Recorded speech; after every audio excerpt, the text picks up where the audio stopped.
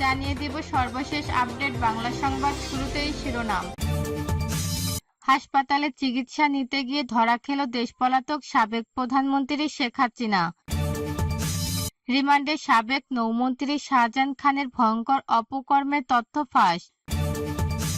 এরপর জানিয়ে দিব বাংলাদেশের বর্তমান সেনাপ্রধান বিএনপি এবং ভারতের সম্পর্কের গভীরে রয়েছে এক সংকটজনক চক্রান্ত। গোপন খবর ফাঁস করে দিলেন পিনাকি ভট্টাচার্য। এবং সর্বশেষ জানাবো বেনজিরের বিরুদ্ধে ইন্টারপোলের রেড নোটিশ জারি। এতক্ষণ শুনছিলেন সংবাদ শিরোনাম, এখন থাকছে বিস্তারিত। সাবেক নৌমন্ত্রী শাহজাহান খান কথিত শেখ হাসিনা সরকারের দমনপীড়ন নীতির অন্যতম প্রবর্তক তিনি।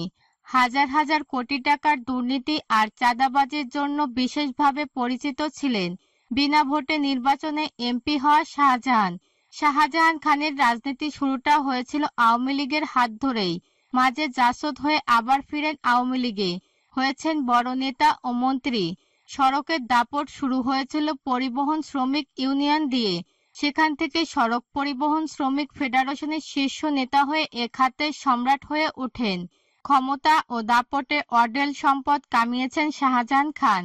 সর্বশেষ দ্বাদশ সংসদ নির্বাচনে মাদারীপুর 2 আসন থেকে আওয়ামী লীগের প্রার্থী হয়ে সংসদ সদস্য নির্বাচিত হন। নবম ও দশম সংসদ নির্বাচনের পর গঠিত শেখ হাসিনা সরকারের নৌমন্ত্রী ছিলেন তিনি। একাদশ ও দ্বাদশ জাতীয় সংসদ নির্বাচনে তিনি জয়ী হলেও তাকে মন্ত্রিত্ব দেয়া হয়নি। তবে আওয়ামী লীগের সভাপতি মণ্ডলীতে আছেন শাহজাহান খান। তিনি বাংলাদেশ সড়ক পরিবহন শ্রমিক ফেডারেশনের সভাপতি ও 2018 সালের রাজধানীর ক্যান্টনমেন্ট থানা এলাকায় জাবালে নূর পরিবহনের একটি বাসের চাপায় 2 শিক্ষার্থী নিহতের ঘটনায় যখন ক্ষোভে ফেটে পড়েছিল সাধারণ মানুষ, সে সময় তৎকালীন মন্ত্রী শাহজাহানের মুখে দেখা যায় হাসি। হাসতে হাসতে জানান দোষীদের শাস্তির কথা। আর সরকারের দায়িত্বশীল একজন মন্ত্রীর এমন আচরণের ভিডিও সামাজিক যোগাযোগ মাধ্যমে ছড়িয়ে পড়লে সে সময় তীব্র ক্ষোভের মুখে পড়েন তিনি। 2015 সালে বিএনপির চেয়ারপারসন খালেদা জিয়ার বাসায় বিদ্যুৎ ও পানির লাইন কেটে দেওয়ার ঘোষণা দিয়ে রাতেই খালেদা জিয়ার কার্যালয়ে বিভিন্ন সেবা সংযোগ কেটে দেয় শাহজাহান খান। এমনকি খালেদা জিয়ার কার্যালয়ের খাবার সরবরাহ বন্ধ করে তাকে অনাহারে মারতে চেয়েছিল হাসিনার এই দোসর। বাংলাদেশ সড়ক পরিবহন শ্রমিকের ছত্রছায়ায় শাহজাহান খানের গোমর ফাঁস হয়েছে। গত 4 বছরে 6,000 কোটি টাকার বেশি চাঁদাবাজি হয়েছে। সড়ক পরিবহনের সংগঠন পরিচালনা ব্যয় সংক্রান্ত নির্দেশনা প্রণয়ন করে এই চাঁদাবাজিকে বৈধতাও দেয়া হয়েছে। অভিযোগ আছে সড়কের চাঁদাবাজিকে প্রাতিষ্ঠানিক রূপ দিয়েছেন বাংলাদেশ সড়ক পরিবহন শ্রমিক ফেডারেশনের সভাপতি শাহজাহান খান।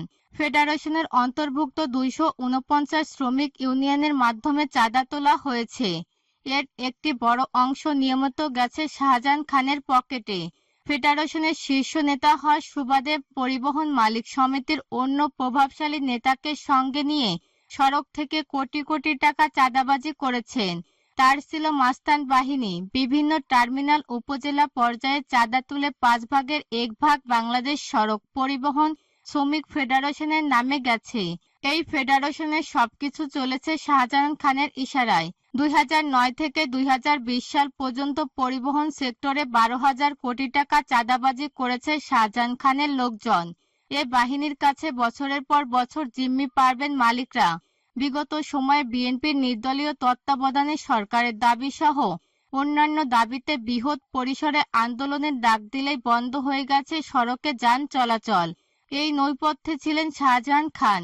সড়কের নিরাপত্তা নিশ্চিতে কঠোর শাস্তির বিধান রেখে সড়ক পরিবহন আইন প্রণয়নের অন্যতম বাধা ছিলেন তিনি।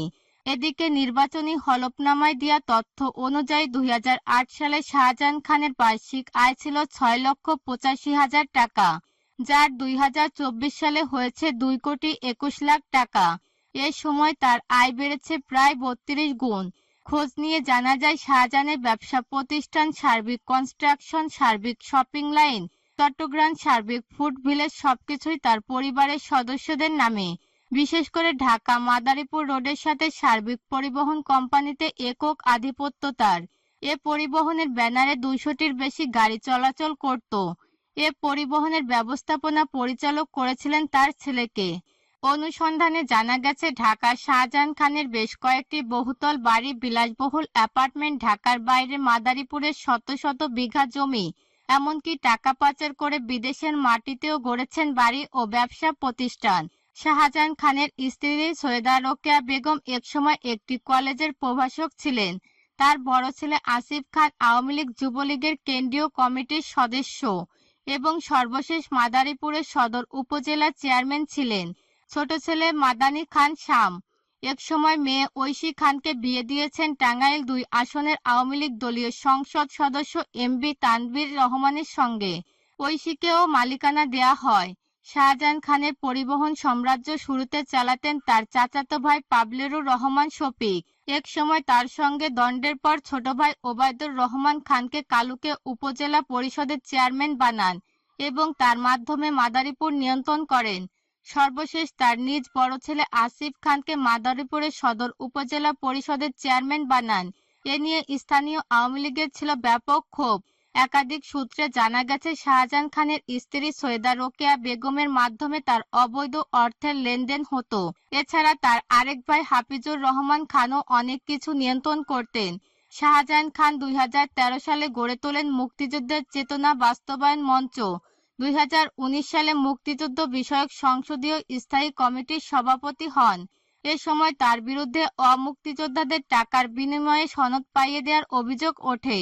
২০১৫ সালে গড়ে তোলেন শ্রমিক কর্মচারী ও পেশাজীবী মুক্তিযোদ্ধা সমন্বয়ক পরিষদ। সর্বশেষ জুলাই আগস্ট ছাত্র জনতার আন্দোলন ঠেকাতে তিনিও মুক্তিযুদ্ধ বিষয়ক মন্ত্রী আকমা মোফাজ্জেল হক মিলে গড়ে তোলেন মুক্তিযোদ্ধাদের সন্তান ও প্রজন্ম সমন্বয়ক পরিষদ। সম্প্রতি জুলাই আগস্টের বৈষম্য বিরোধী ছাত্র আন্দোলনের সময় সংগঠিত গণহত্যার মামলায় আন্তর্জাতিক অপরাধ ট্রাইব্যুনালের হাজিরার সময় উত্তেজিত হয়ে পড়েন আওয়ামী লীগের প্রেসিডিয়াম সদস্য ও সাবেক মন্ত্রী শাহজাহান খান। ২০ এপ্রিল সকালে পুলিশের প্রিজন ভ্যান থেকে নামিয়ে ট্রাইব্যুনালের হাজতে নিয়ে